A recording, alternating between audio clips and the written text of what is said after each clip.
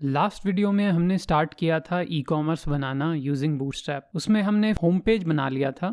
इस बार प्रोडक्ट की डिटेल का पेज बनाएंगे। तो अभी मैं वापस यही पेज आपको दिखा रहा हूँ, तो इसको ही कॉपी कर लेते हैं क्योंकि काफ़ी CSS कॉमन होने वाली है। तो मैं एक product.html पेज बना रहा हूँ। इंडेक्स HTML को एज इट इज़ कॉपी कर लेता हूँ और इससे बीच वाला जो कंटेंट था, आपने देखा होगा कि एक हेडर था, एक फुटर था और बीच में एक कंटेंट था। तो बीच का पूरा कंटेंट मैं हटा देता हूँ, इवन दो उसका कंटेनर में रख रहा हूँ क्योंकि यहाँ पे भी हम कंटेनर में कुछ रखेंगे। तो अब आप product.html पेज खोलोगे तो आप देखोगे ऊपर नीचे का पार्ट है सेम साइट में जैसा होता है, बीच का पार्ट हमने गायब कर दिया। तो इसमें हम प्रोडक्ट बिल्ड करेंगे। सबसे पहले जो कंपोनेंट मैं यूज़ करूँगा वो है ब्रेड क्रम। ब्रेड क्रम एक ऐसा कंपोनेंट है जिससे आप नेविगेशन दिखा सकते हो कि अभी आप साइट में कहाँ पे हो। तो मैं एक कॉपी कर लेता हूँ इनका ये एग्जाम्पल और यहाँ पे मैं कंटेनर के अंदर ये नेव पुट कर देता हूँ। तो हम कहेंगे कि हम होम के अंदर कैमरा कैटेगरी के अंदर MX5 नाम का प्रोडक्ट देख रहे हैं। तो इस तरह से, और लिंक भी आप दे सकते हो ताकि कोई बैक उस कैटेगरी या उस होम पेज पे चला जाए। ब्रेड क्रम नाम से एक क्लास मैं बना रहा हूँ और इस पे मैं कुछ एक्स्ट्रा प्रॉपर्टीज देना चाहता हूँ जैसे कि बैकग्राउंड कलर वगैरह। तो अगर मैं ग्रे कलर दे रहा हूँ तो इसको मैं थोड़ा सा अलग बैकग्राउंड दे सकता हूँ। तो ये ग्रे ज़्यादा डार्क हो गया, अभी जैसे बहुत ही लाइट हम इस तरह से दे रहे हैं ताकि ये अलग से दिखाई दे सेक्शन। अगर ब्रेड क्रम को आपको केवल इस कंटेनर के अंदर रिस्ट्रिक्ट नहीं करना है तो आप बाहर भी पेस्ट कर सकते हो। तो पैडिंग में देता हूँ इसको थोड़ी सी, तो ये पैडिंग अभी इस पे इफेक्टिव नहीं हुई है, शायद यहाँ पे हम देंगे तो यहाँ से ये पैडिंग इफेक्टिव हो गई।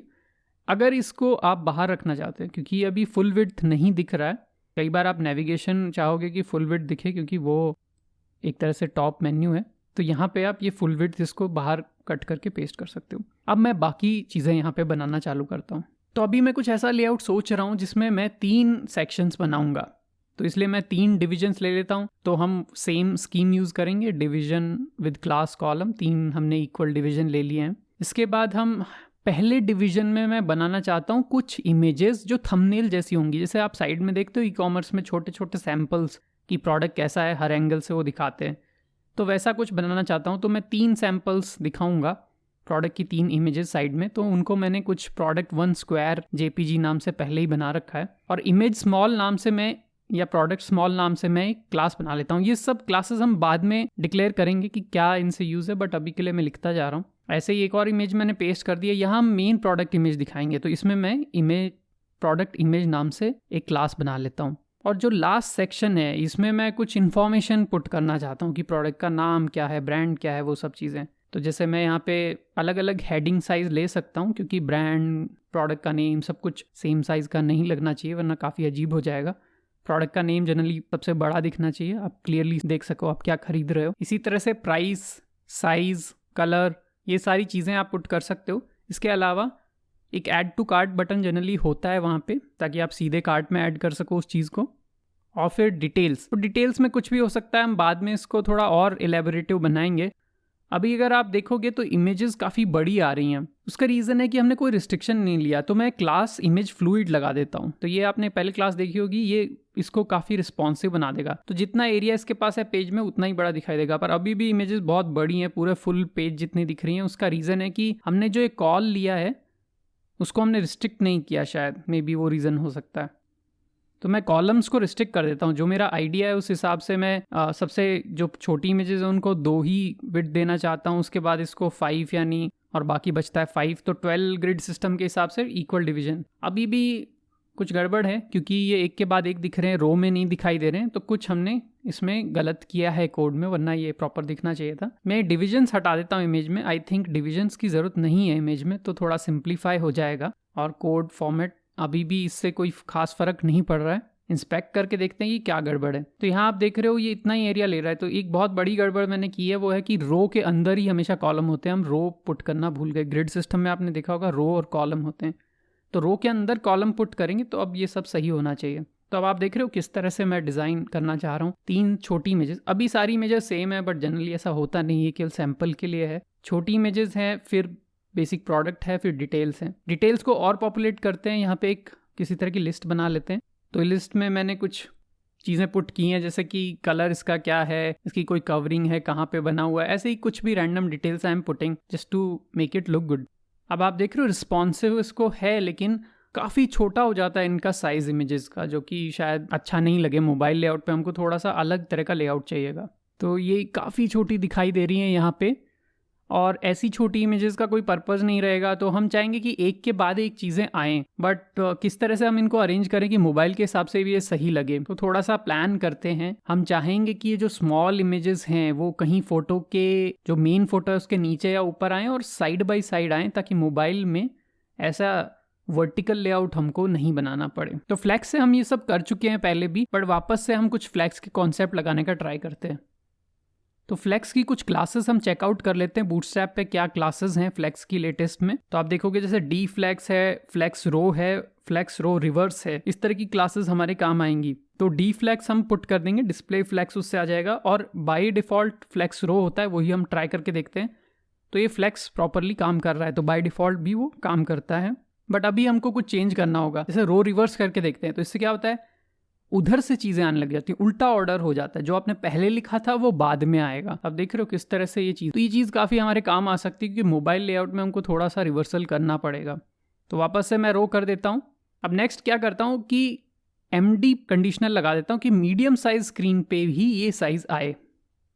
तो मीडियम से छोटी स्क्रीन पे अपने आप वो साइज़ नहीं आएगी, तो अपने आप कॉलम एक के नीचे एक आ जाएंगे, जो हम रिस्पॉन्सिव साइट में चाहते हैं। लेकिन हम ऐसा भी नहीं चाहते कि सारी इमेजेस इक्वल आएँ, तो उसके लिए हम प्रोडक्ट स्मॉल को थोड़ा सा यूज़ करेंगे। तो हमने प्रोडक्ट स्मॉल क्लास बनाई थी, अभी तक उसका खास यूज़ हुआ नहीं था, पर अब इसको यूज़ करता हूँ मैं, और इसमें ये रिस्ट्रिक्ट कर देता हूँ कि इमेज की साइज़ कितनी होगी। तो मैं मैक्स विड्थ 5 REM के टर्म्स में ले रहा हूँ। तो ये काफ़ी छोटी लग रही है, इतनी छोटी इमेज भी नहीं चाहिए, तो हम 10 REM ट्राई करते हैं। तो अब ये कुछ ठीक दिख रहा है, ऐसा यूज़ कर सकते हैं, बट इस तरह से वर्टिकली नहीं चाहिए हमको। मोबाइल लेआउट में शायद छोटी इमेज है तो हॉरिजॉन्टली ज़्यादा अच्छी लगेंगी। तो अब इसको हॉरिजॉन्टल कैसे किया जाए, तो मैं वापस से डी फ्लैक्स, डिस्प्ले फ्लैक्स लगाता हूँ इन तीनों पे, और हम देख रहे हैं कि फ्लैक्स में अगर हम रो में लगाते थे चीज़ें हॉरिजॉन्टली आ जाती थी, तो उससे वो हो जाना चाहिए। तो आप देख रहे हो जैसे लेफ्ट से स्टार्ट है वो सब, लेकिन वो प्रॉपरली अलाइन हो गया है एक रो में। तो कुछ पर्पस सर्व होता है, लेकिन डेस्कटॉप पे सही होगा या नहीं पता नहीं। इस बार मैंने इसको इमेज पे कर दिया है, ताकि इमेज की विड्थ 10 हो, न कि उस डिवीजन की, तो उससे थोड़ा और बड़ा दिखाई देने लगा है। अभी भी पूरा सेंटर अलाइन नहीं है, तो आपको पता है जस्टिफाई कंटेंट सेंटर, इस तरह से फ्लैक्स में आप सेंटर में चीज़ें अलाइन कर सकते हो। तो अब ये प्रॉपर सेंटर में दिखाई दे रहा है, तो कुछ ठीक दिख रहा है मोबाइल के हिसाब से भी। अभी भी पूरी तरह से मैं सेटिस्फाइड नहीं हूँ। हम ये देख रहे हो आप, जैसे डेस्कटॉप पे वापस से ये, क्योंकि ये क्लासेस अप्लाई करने की वजह से जो डेस्कटॉप पे बाय डिफ़ॉल्ट अच्छा दिखाई दे रहा था वो ख़राब हो गया, तो डेस्कटॉप पे भी कैसे सही दिखाई दे। तो हम इसको भी कंडीशनल करना चाहेंगे कि ये जो कॉलम या रो दिखाई दे रहा है, फ्लैक्स का जो डायरेक्शन है वो भी कंडीशनल हो, और ये पॉसिबल है बूटस्ट्रैप में। तो ये जो आप कॉलम MD और इस तरह से चीज़ें लगाते हो, ये पॉसिबल है। तो आप रिफ्रेश करके देखोगे तो अभी कॉलम, लेकिन हाँ इसमें अभी डेस्कटॉप में प्रॉपरली अप्लाई नहीं हुआ है, तो कोई रीज़न है। तो हम करना क्या चाह रहे हैं बेसिकली कि मीडियम स्क्रीन से ऊपर ही कॉलम लेआउट लगे। आई थिंक ऐसा ही कुछ करना चाह रहे हैं। तो एक गड़बड़ तो हमने देखी है सिंटैक्स में है, पहले आपको MD लगाना है और फिर रो या कॉलम लगाना है। तो अब आप देख रहे हो जैसे कि मैं कॉलम ट्राई करता हूँ, तो कॉलम से अब मैं रिफ्रेश करता हूँ, तो अब ये इस तरह से प्रॉपर लेआउट आ रहा है, और उससे नीचे हम करते हैं तो MD, और उस पर ये यहाँ पे एक तरह से सही लेआउट आ रहा है।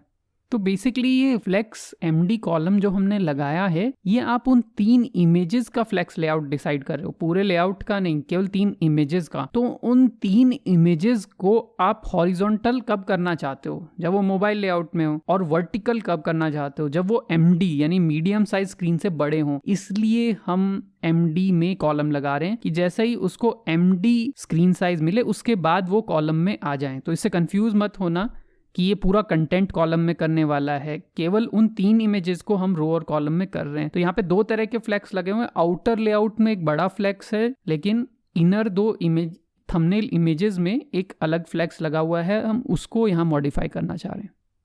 तो अब आपका जो डिवीजन है वो फ्लैक्स का प्रॉपर हुआ है एक MD लेंथ के हिसाब से। अब मैं इसका ऑर्डर भी चेंज करना चाह रहा हूँ, तो कुछ ऑर्डर के भी सिंटैक्स है। ऑर्डर क्यों चेंज करना चाह रहा हूँ, मैं चाह रहा हूँ कि इमेज ऊपर आए, जबकि आप देख रहे हो कि इमेज एक तरह से बीच में है। पहले थंबनेल्स हैं, फिर इमेज है, फिर टाइटल है, बट मैं चाहता हूँ कि इमेज ऊपर आए मोबाइल लेआउट में स्पेशली। अगर बाय डिफ़ॉल्ट ही मैं इमेज सबसे पहले चाहता था तो मैं HTML ही चेंज कर लेता, लेकिन मैं ऑर्डर फर्स्ट यूज़ कर रहा हूँ। ऑर्डर फर्स्ट से, और उस पर भी मैं MD लगा के देख लेता हूँ। या फिर इसमें भी MD पहले और फिर फर्स्ट आएगा। तो अब रिफ़्रेश करके देखते हैं, तो ये इधर आ गई। तो इमेज पर मैं एक्चुअली ये चाह नहीं रहा था कि ये इमेज डेस्कटॉप में फर्स्ट आए, तो शायद मेरे को थोड़ा सा लेआउट चेंज करना पड़ेगा। इमेज को मैं ऊपर लगा लेता हूँ यहाँ पे, और जो ये फर्स्ट वाली क्लास लगाई है मैं दूसरे उन पे लगा के देखता हूँ, ठीक है। तो अब रिफ़्रेश करके देखते हैं, तो शुरू में ये फर्स्ट आ गई जब बड़ा लेआउट है, और अपने आप बाय डिफ़ॉल्ट ये क्योंकि बीच में है तो मोबाइल लेआउट में वो अपने आप वो MD वाला पार्ट हट जाएगा। थोड़ा सा पैडिंग मैं प्रोवाइड कर रहा हूँ ताकि ये इमेजेस थंबनेल अलग अलग दिखाई दें। तो अब थोड़ा और क्लीन दिखाई दे रहा है इसमें। इस लेआउट में भी देख लेते हैं, यहाँ पे भी काफ़ी क्लीन दिखाई दे रहा है। नीचे का जो डिस्क्रिप्शन का सेक्शन है, इसमें मैं डिटेल्स वाला पार्ट इतना अच्छा नहीं दिखाई दे रहा है। इसके लिए भी हम कुछ कंपोनेंट्स यूज़ कर सकते हैं जो ऑलरेडी बूटस्ट्रैप में अवेलेबल हैं। तो मैं अकॉर्डियन करके एक कंपोनेंट है, ये आपने काफ़ी बार देखा होगा, कुछ ऐसे अपने आप कोलैप्स हो जाते हैं चीज़ें, तो इसको पेस्ट कर देता हूँ। अभी मैं इसमें डेटा नहीं पुट करूँगा, बट बेसिकली 3 अकॉर्डियन टैब मैंने यहाँ पुट कर दिए। तो आप खूब सारा डेटा डिटेल इस प्रोडक्ट के बारे में कि प्रोडक्ट का कुछ डिस्क्रिप्शन, शिपिंग, ये सब इनमें दे सकते हो, और काफ़ी कम एरिया ये लेंगे। एक चीज़ आप देख रहे होगे, इसके साथ में साइड की इमेजेस भी मूव हो रही हैं, तो कहीं ना कहीं लेआउट अफेक्ट हो रहा है इसकी वजह से। मोबाइल में तो नहीं दिखाई दे रहा, लेकिन डेस्कटॉप में क्लियरली वो दिखाई दे रहा है। नेक्स्ट मैं अभी ऐड टू कार्ट में एक आइकन प्रोवाइड करता हूँ। जैसे कार्ट का आइकन आप लगाते हो, बूटस्ट्रैप में आइकन ऑलरेडी अवेलेबल है, तो आप कार्ट सर्च कर सकते हो। तो कोई भी कार्ट आइकन जो आपको सही लग रहा है, जैसे यहाँ प्लस करने का है तो बेसिकली ऐड टू कार्ट है, तो ये मैं कॉपी कर लेता हूँ, और जो ऐड टू कार्ट बटन हमने बनाया था उसमें इसको पेस्ट कर देते हैं। रिफ्रेश करके देखता हूँ तो ये ऐड टू कार्ट बन गया। तो यहाँ पे हमने बेसिकली ये पेज बनाया, इससे यहाँ कार्ट में हम बाद में ऐड करेंगे। तो नेक्स्ट वीडियोस में और भी चीज़ें हम इम्प्रूव करेंगे इन्हीं पेजेस और इस साइट के बारे में। बट अभी के लिए आप देख रहे हो यहाँ ऊपर के कार्ट में भी मैं आइकन लगा देता हूँ। तो अभी के लिए ये पेज काफ़ी सेटिस्फैक्ट्री सा बन गया है एक सिंपल स्टार्ट के लिए। आने वाले वीडियोज़ में हम इस साइट को और इम्प्रूव करेंगे। तो इस चैनल पे हम देखते हैं इंटरेस्टिंग कोड कॉन्सेप्ट्स और उनके एग्जाम्पल कोड्स।